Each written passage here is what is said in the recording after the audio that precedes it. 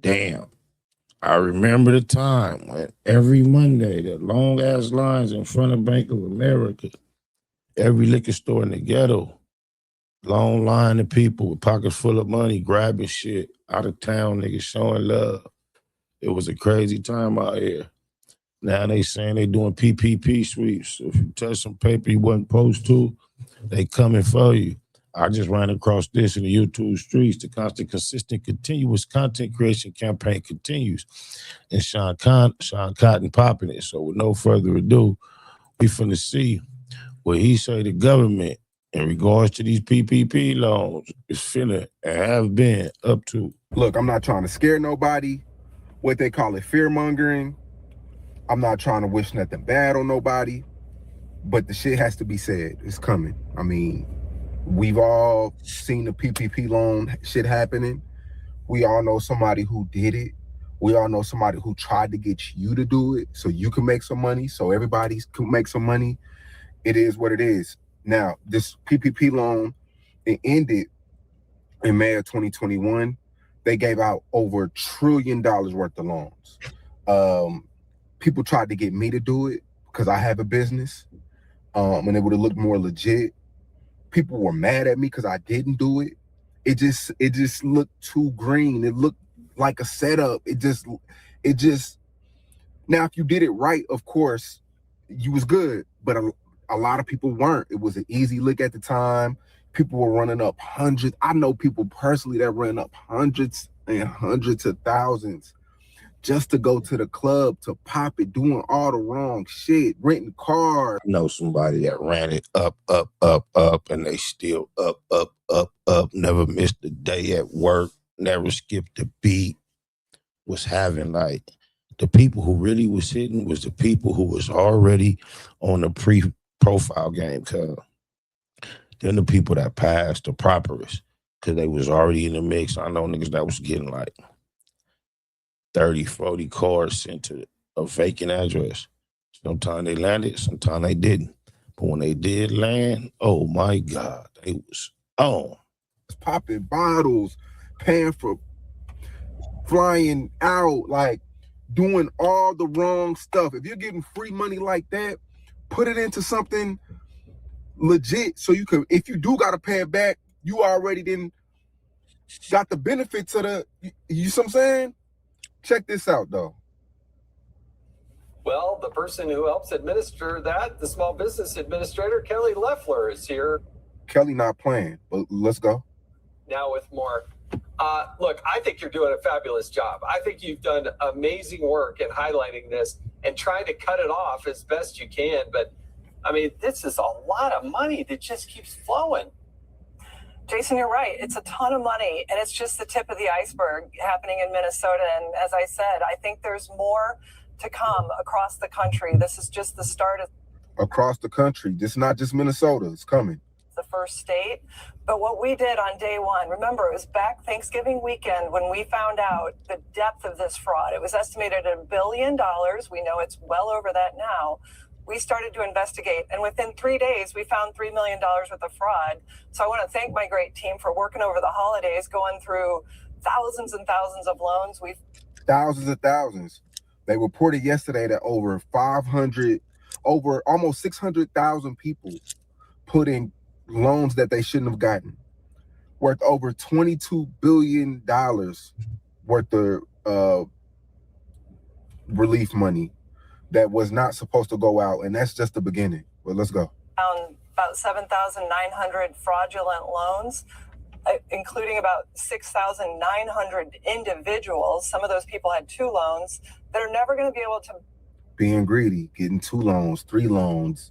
Go ahead. Business with the SBA again. They're on the do not lend list. They will not get a disaster loan. They cannot get SBA funding. And so we're going to compile this data, turn it over to turning it over to the feds authorities, because we do think, as you just talked about with Chairman Comer, we're going to see people in handcuffs. We're going to see people in jail. They want you in jail. If you're not going to pay the money back, they want to lock you up. It is a federal charge. They're going to turn it over to the feds.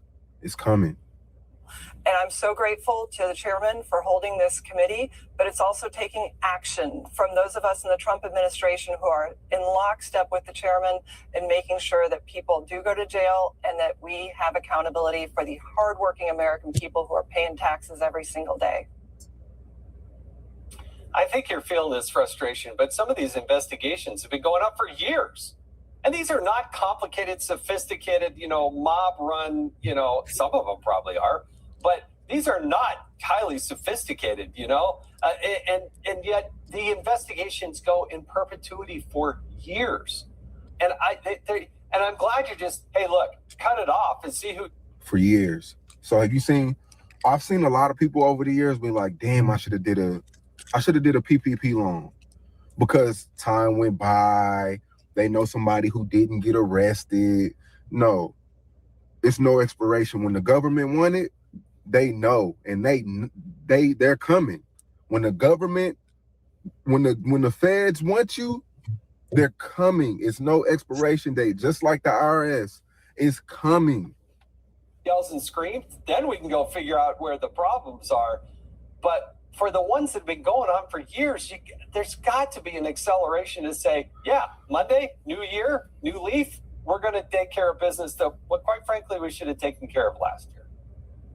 Well, you're absolutely right. This is a new day in the Trump administration. We had 4 years under the Biden administration where not only did they look the other way, but this is what the Democrat socialist welfare state looks like, where Democrat politicians look the other way. They know it helps them. It not only helps them with votes, but it helps them with campaign contributions. And we're going to be following the money. And we're not going to do what the last administration did, which is try to forgive fraudulent loans, look the other way, pardon people for committing crimes. Yeah. And you can see an all-of-government approach in this, and it's going to be very different. Oh, that's great. Kelly Loeffler. All right, y'all. They're not forgiving. They're not looking the other way. They want their money back, or they're trying to put you in jail. I had multiple people mad at me for months during COVID, because I'm like, nah, I don't want to do it. When something looks too good to be true, it's too good to be true. These people want their money back. These people, they want their money back. Cotton make a good point. When it's anything typically too good to be, looks too good to be true, it's too good to be true. And PPP, they might come back and slap some people. But to me, it seemed like more than warning everybody, seemed like he kind of saying, because he didn't do it. It seemed like he kind of regretted for a while not doing it. And it seemed like he's slightly, somewhat maybe celebrating those that did it might have to deal with some consequences. I ain't sure that's where he coming from, but I kind of feel that. But it's the system. It's America. Especially for, when they start talking about, it's people going to jail, they talking about us. But I don't feel no fucking way about nobody who got their bread as much as America and got off the backs of blacks. Fuck them. Let me get you on camera. Where you from? California. No, for real. I'm serious though. Watts, baby. I know where you from though. Where you from? Eastside PJ Watts. I'm from Grace Street, Watts, nigga. Right. They call you, homie? Big Slice. Big Slice? Yes, yes. All right, nigga. They call me Puto, cuz. Right. Nip Hustle. Big shout out to SPI, Spotter Low. I'm in the black box. Had to come through, tap in, show love one time. Yeah, y'all make sure y'all subscribe. Stay tuned. All that.